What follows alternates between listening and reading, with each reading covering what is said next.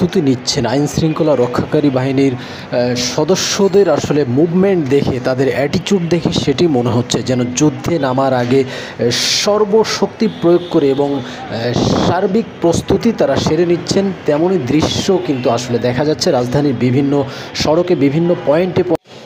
ইতিমধ্যে আপনারা সকলেই জেনে গেছেন যে কোটার সমন্বয়কের যে 6 জন সদস্য ছিল, সেই সমন্বয়করা কিন্তু ডিবি কার্যালয়ে হেফাজতে রয়েছেন এবং সেখান থেকেই কিন্তু মূলত তাদের সেই ঘোষণা আসে যে সকল ধরনের কর্মসূচি তারা এই মুহূর্তে তুলে নিয়েছেন, যেহেতু সরকার তাদের দাবি মেনে নিয়েছেন। তারই পরিপ্রেক্ষিতে শিক্ষার্থীরা কিন্তু একটি বিবৃতি দিয়েছেন যে তাদেরকে আসলে বাধ্য করেছে এমন স্বীকারোক্তিমূলক জবানবন্দি দিতে।